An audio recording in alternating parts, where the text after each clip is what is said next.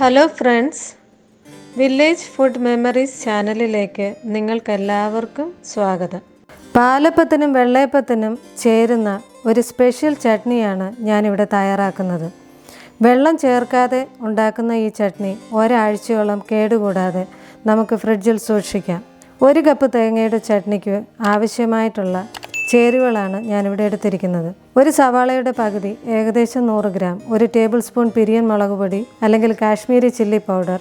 സാധാരണ മുളക് പൊടിയാണെങ്കിൽ അല്പം കുറച്ച് ഉപയോഗിക്കാം. 1/2 ടീസ്പൂൺ ഉപ്പ്, കടുക് വറക്കാൻ ആവശ്യമുള്ള കടുകും കറിവേപ്പിലയും 2 വറ്റൽ മുളകും കൂടി എടുത്തിട്ടുണ്ട്. തേങ്ങയും ഉള്ളിയും മുളക് പൊടിയും ഉപ്പും കൂടി ആദ്യം ഒന്ന് മിക്സ് ചെയ്തെടുക്കണം കൈകൊണ്ട്.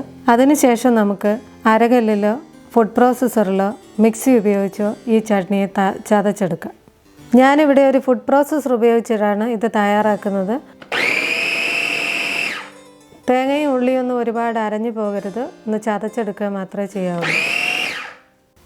ഇതാവശ്യത്തിന് ചതഞ്ഞിട്ടുണ്ട്, എന്നാൽ അരഞ്ഞു പോയിട്ടില്ല. ഞാനിതിനെ വേറൊരു പാത്രത്തിലേക്ക് മാറ്റുകയാണ്.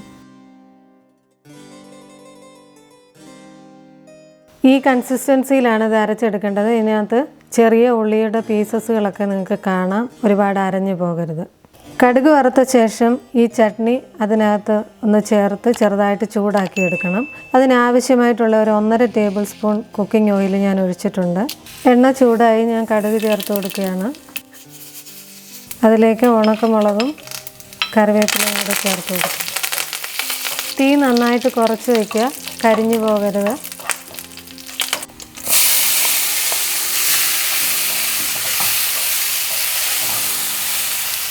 ചെറുതായിട്ട് ഇതെല്ലാം കൂടെ ഇളക്കി യോജിപ്പിക്കുക.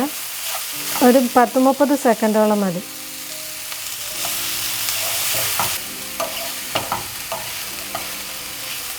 ചട്നി തയ്യാറായി, തീ ഓഫ് ചെയ്യുകയാണ്. ഇതിനെ ഇനി ഒരു സെർവിങ് പ്ലേറ്റിലേക്ക് മാറ്റുകയാണ്.